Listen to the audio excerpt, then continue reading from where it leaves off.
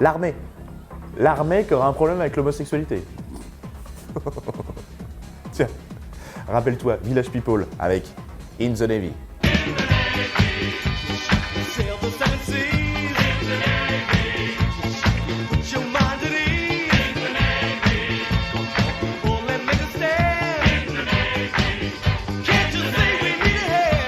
On est en 79 et c'est sur l'album Go West.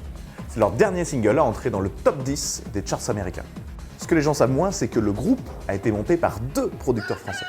Jacques Morali, Henri Bololo. Bololo. Jacques Morali qui a composé à la fois pour Patrick Juvet, pour Régine, pour Dalida et les jingles de la toute jeune radio Énergie. Et Henri Bololo qui importera le Smurf en France et qui contribuera à l'explosion de la house music avec Hadaway, Gala, Too Unlimited. L'idée du groupe vient de la rencontre avec un barman indien et un cow-boy. Comment représenter l'homme américain en pleine période de liberté sexuelle et alors que la communauté gay se développe? Vous avez 2 heures.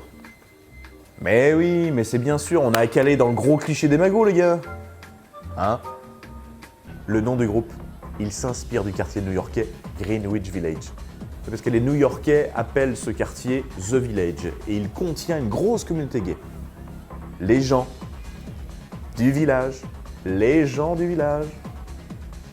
Et In the Navy, eh bien après le succès de YMCA l'année précédente, la Narine veut aussi montrer qu'elle est moderne.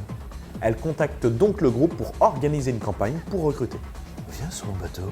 La Navy leur file une frégate, des avions, l'équipage du bateau qui va avec, mais interdiction de les faire danser. Forcément, des prudes se sont mises à gueuler. Et la marine a annulé. Ouais, c'est nos impôts. Sauf que le clip est déjà tourné. Bon, côté parole, le chanteur a fait fort aussi. Où peux-tu trouver du plaisir dans la Navy?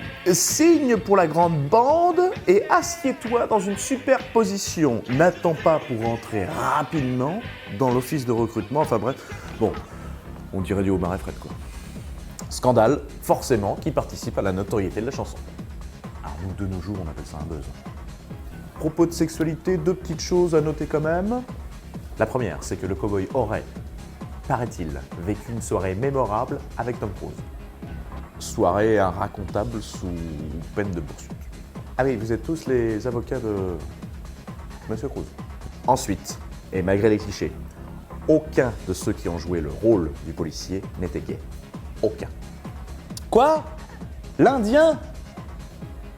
Gay?